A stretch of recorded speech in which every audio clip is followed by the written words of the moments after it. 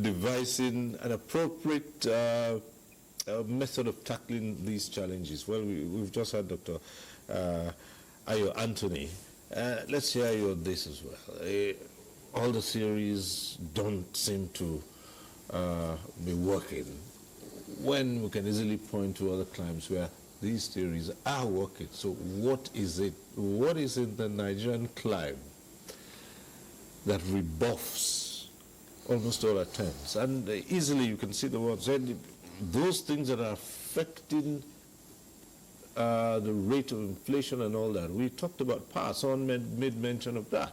Now, despite all efforts that have been thrown in, the challenges seem intractable. If it's about investment in the sector, if that is being addressed, then you have the question of vandalism. That one too goes on, and all kinds of other things as well.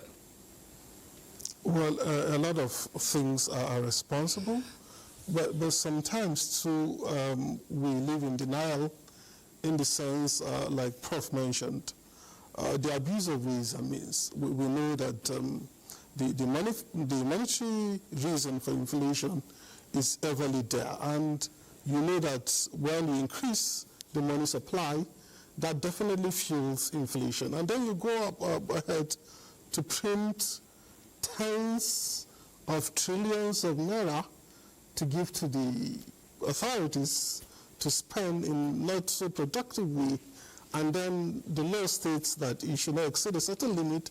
You just didn't consider that, you understand, and we're still feeling the impact of that, because you just imagine printing tens of trillions of naira and then pouring into the economy. And monetary policy has long and variable impact. We might not have seen the impact immediately when the trillions were being pumped, but up to tomorrow, we're still recovering from that. And up to tomorrow, this money has not been paid back because it was securitized when it shouldn't even be securitized. So that's one of the reasons. And then, you know, the Ukrainian war also compounded our problem. So we need to really face the realities and try to be honest about getting solutions instead of pretending as if problems are not there when they're clearly there, and some of them are self-inflicted, like printing trillions, tens of trillions, and pumping them into the economy without caring about the consequences of such an action. And that's basic economic theory. So we have to tell ourselves the truth. And also, GDP was growing at about 3%.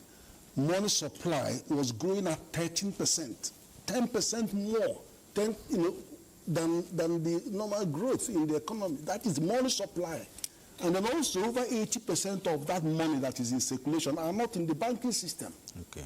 So that affects the transmissibility of monetary policy. You know,